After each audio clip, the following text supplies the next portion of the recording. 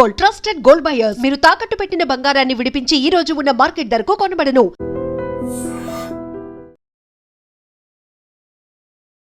Telangana municipal ఎన్నికల ఫలితాలు ఈరోజు 8 గంటలకు కౌంటింగ్ అయితే స్టార్ట్ అయింది. సో కౌంటింగ్ కేంద్రాల దగ్గర ఓట్ల లెక్కింపు ప్రక్రియ మొదలైపోయింది.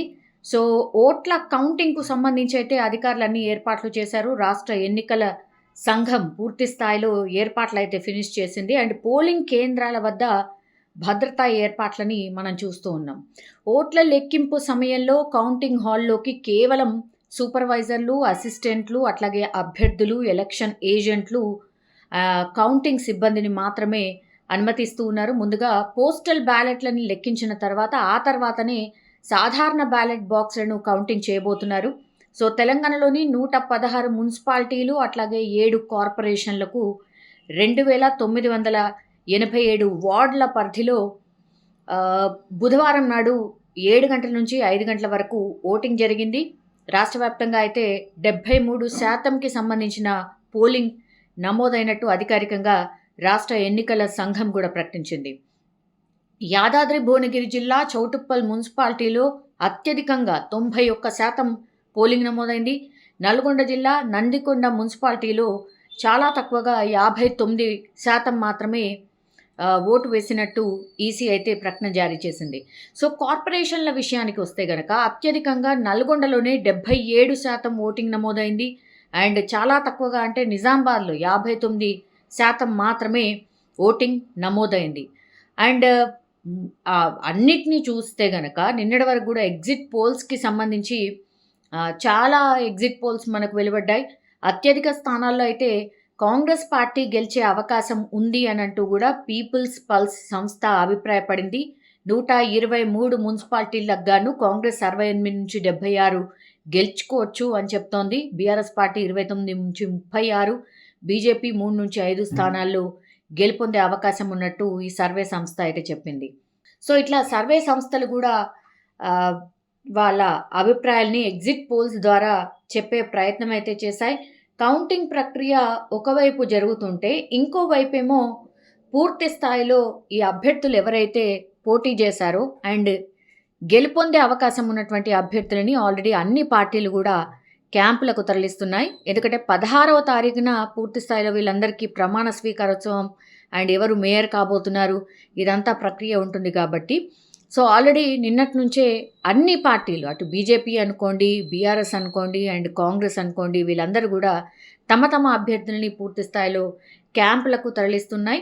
ముందు జాగ్రత్తగా క్యాంపులకు తరలించడం వెనుక అంటే మేయర్ సీట్ మీద ప్రభావం పడుతూ ఉంటుంది. మనకు తెలుసు కొంచెం అటు ఇటుగా గెలుపొందినటువంటి పార్టీలు మిగతా పార్టీల వాళ్ళని కలుపుకునే ప్రయత్నం చేస్తూ ఉంటాయి. మేయర్ పీఠం దక్కించుకోవడానికే ప్రయత్నం చేస్తూ ఉంటాయి కాబట్టి అందులో భాగంగానే పెద్ద ఎత్తున ఇప్పుడు క్యాంప్ రాజకీయాలు స్టార్ట్ అయ్యాయి. అన్ని జిల్లాల్లో కూడా అన్ని ఉమ్మడి జిల్లాల్లో కూడా ఇదే కొనసాగుతున్నటువంటి పరిస్థితి. సో ఓట్లన్నీ అయిపోయాయి. ఇప్పుడు లెక్కింపు స్టార్ట్ కాబోతోంది. గెలుపు ఎవరు అనేది ఈరోజు తేలబోతోంది కాబట్టి అప్పుడే ఈ క్యాంప్కి సంబంధించిన రాజకీయాలు అన్ని పార్టీలు స్టార్ట్ చేశాయి. ముందు జాగ్రత్త చర్యల్లో భాగంగా అందరి అభ్యర్థులని కూడా అన్ని పార్టీలు కూడా వాళ్ళ క్యాంప్కి తరలించేశాయి. సో ఈరోజు ఉత్కంఠగా వాళ్ళందరూ కూడా అంటే వాళ్ళ ఫోన్లు కూడా స్విచ్ ఆఫ్, ఫ్యామిలీకి కూడా అందుబాటులో లేరు. వీళ్ళంతా అభ్యర్థులంతా కూడా క్యాంపులకు మూవ్ అయిపోయారు. గెలిచిన తర్వాత గెలుపు సంబరాల్లో వాళ్ళు ఉండే అవకాశం లేదు, కానీ మిగతా ఫ్యామిలీ మెంబర్స్ అనుకోండి వాళ్ళు గెలుపు సంబరాల్లో పాల్గొంటారు. బట్ 16వ తారీఖు మాత్రం వీళ్ళందరూ కూడా డైరెక్ట్గా అంటే ఎక్కడైతే ప్రమాణ స్వీకారం జరుగుతుందో అక్కడికి మాత్రమే డైరెక్ట్గా ఈ పార్టీలన్నీ కూడా తరలించే అవకాశం అయితే కనిపిస్తోంది. సో అందరి పార్టీలో ఉత్కంఠ, ఏం జరగవచ్చు ఏంటి అనేది కూడా ఒక ఉత్కంఠ అయితే కనిపిస్తోంది.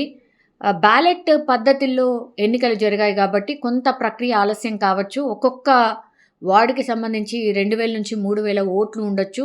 సో ఫస్ట్ ఈ గవర్నమెంట్కి సంబంధించిన అఫీషియల్స్కి సంబంధించిన బ్యాలెట్స్ ఓపెన్ అవుతాయి. అవి లెక్కించిన తర్వాతనే మిగతా బ్యాలెట్లను ఓపెన్ చేసి అన్నిటినీ ఒక్కొక్క పార్టీకి సంబంధించిన బాక్సెస్ ఉంటాయి. సో, ఏ పార్టీకి ఓటేసిన అభ్యర్థికి ఆ పార్టీల దాంట్లో ఆ బాక్స్‌లలో వేసిన తర్వాత కట్టలు కట్టి దెన్ కౌంటింగ్ మొదలుపెడతారు. సో, ఇవన్నీ స్టార్ట్ కావడానికి దగ్గర దగ్గర 8 గంటల నుంచి ఫస్ట్ సిబ్బంది ఈ కట్టలు కడతారు కాబట్టి కొద్దిగా అంటే 10, 10:30 ప్రాంతం నుంచి ఒక ట్రెండ్ స్టార్ట్ అవుతుంది అనేటువంటిది అందరూ ఎక్స్‌పెక్ట్ చేస్తున్న పరిస్థితి. సో, కౌంటింగ్ కేంద్రాల వద్ద అయితే పోలీసులు భారీ భద్రతా ఏర్పాట్లు చేశారు. రాష్ట్ర వ్యాప్తంగా సుమారు 12,000 మంది పోలీసులు, సాయుధ బలగాలు కావచ్చు, క్విక్ రెస్పాన్స్ టీమ్స్ కావచ్చు పూర్తిగా మోహరించున్నారు. కౌంటింగ్ కేంద్రాల పరిసర ప్రాంతాల్లో ప్రస్తుతమైతే నిషేధ ఆజ్ఞలు అమలు చేస్తూ ఉన్నారు. అభ్యర్థులు కావచ్చు, వారి ఏజెంట్లు కావచ్చు తప్పనిసరిగా ఐడి కార్డ్ని కలిగి ఉండాలి అని ఎన్నికల అధికారులు స్పష్టంగా చెప్పినటువంటి పరిస్థితి. సరైన గుర్తింపు పత్రం లేకుండా ఎవరికి కేంద్రంలోకి అనుమతి ఉండదు అని చెప్పేశారు. అండ్ వెబ్ కాస్టింగ్ ద్వారా పూర్తి ప్రక్రియను తెలంగాణ డీజీపీ శివధర్ రెడ్డి తన కార్యాలయం నుంచే మొత్తం ప్రత్యేకంగా పర్యవేక్షణ చేయబోతున్నారు. భద్రతా పరంగా ఎలాంటి అవాంఛనీయ ఘటనలు జరగకుండా అయితే ముందస్తు చర్యలు తీసుకున్న సిచ్యువేషన్ అయితే మనకైతే కనిపిస్తోంది. ఇక కౌంటింగ్ ప్రక్రియ ఎలా జరుగుతోంది? అసలు మొదట పోస్టల్ బ్యాలెట్ల లెక్కింపు స్టార్ట్ చేస్తారు. దాని తర్వాత సాధారణ బ్యాలెట్ల లెక్కింపు ఉంటుంది. ప్రతి వార్డు వారీగా బ్యాలెట్ పెట్టెలను కౌంటింగ్ టేబుల్ల వద్దకు తీసుకొస్తారు. దెన్ పోలింగ్ కేంద్రాల వారీగా 25 చొప్పున బ్యాలెట్లను కట్టి డ్రమ్లో వేసి వాటన్నిటినీ కలిపిన తర్వాత లెక్కింపు అయితే స్టార్ట్ అవుతుంది. ప్రతి రౌండ్లో 1000 బ్యాలెట్ పత్రాలను అంటే 40 బండిల్స్ ఒక్కో టేబుల్కు కేటాయిస్తారు. అభ్యర్థుల వారీగా ప్రత్యేకంగా ఏర్పాటు చేసినటువంటి ఒక చెక్క ట్రేలలో వారికి వచ్చిన ఓట్లను వేరుగా వేస్తారు. ప్రతి 100 ఓట్లను ఒక కట్టగా కట్టి నమోదు చేస్తూ ఉంటారు. రౌండ్ ముగిసిన వెంటనే అభ్యర్థులకు వచ్చిన ఓట్లు కావచ్చు, నోటా ఓట్లు కావచ్చు, చెల్లని ఓట్లు కావచ్చు, ఆ వివరాలను నమోదు చేసి అభ్యర్థుల ఏజెంట్ల సంతకాలు తీసేసుకుంటారు అక్కడే. సో, ఈ విధానాన్ని ప్రతి వార్డులో అమలు చేస్తారు. కౌంటింగ్ పూర్తయిన తర్వాత మాత్రమే విజేతలకు అధికారిక ధృవీకరణ పత్రాలు అందజేస్తారు. ఈ నెల 16వ తేదీనే మున్సిపల్ చైర్మన్లు, వైస్ చైర్మన్లు, కార్పొరేషన్ల మేయర్లు అట్లాగే డిప్యూటీ మేయర్ల ఎన్నికలు జరగబోతున్నాయి. సో, రాష్ట్రంలో 116 మున్సిపాలిటీలో మొత్తం 2,582 వార్డులు ఉన్నాయి.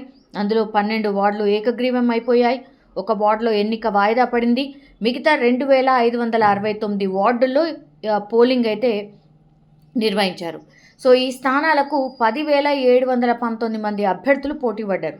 అదేవిధంగా 7 మున్సిపల్ కార్పొరేషన్లో 414 డివిజన్లు ఉన్నాయి. అందులో 2 డివిజన్లు ఏకగ్రీవమైనాయి. మిగిలిన 412 స్థానాలకు గాను పోలింగ్ జరిగింది. 2,225 మంది అభ్యర్థులు బరిలో నిలిచిన పరిస్థితి. సో, ఈసారి ఎన్నికల కౌంటింగ్లో పూర్తిగా పారదర్శకత పాటించబోతున్నామన్నటువంటి మాట చెప్తున్నారు. ప్రతి దశలో వీడియో రికార్డింగ్ ఉంటుంది, సీసీ కెమెరా నిఘా ఉంటుంది, మైక్రో అబ్జర్వర్ల పర్యవేక్షణ అన్నీ కూడా చేపట్టబోతున్నారు. అభ్యర్థుల ఏజెంట్ల సమక్షంలో ఓట్ల లెక్కింపు నిర్వహిస్తారు కాబట్టి అంతా కూడా పారదర్శకంగా అందరి ముందటనే జరుగుతుంది అన్నటువంటి మాట చెప్తున్నారు.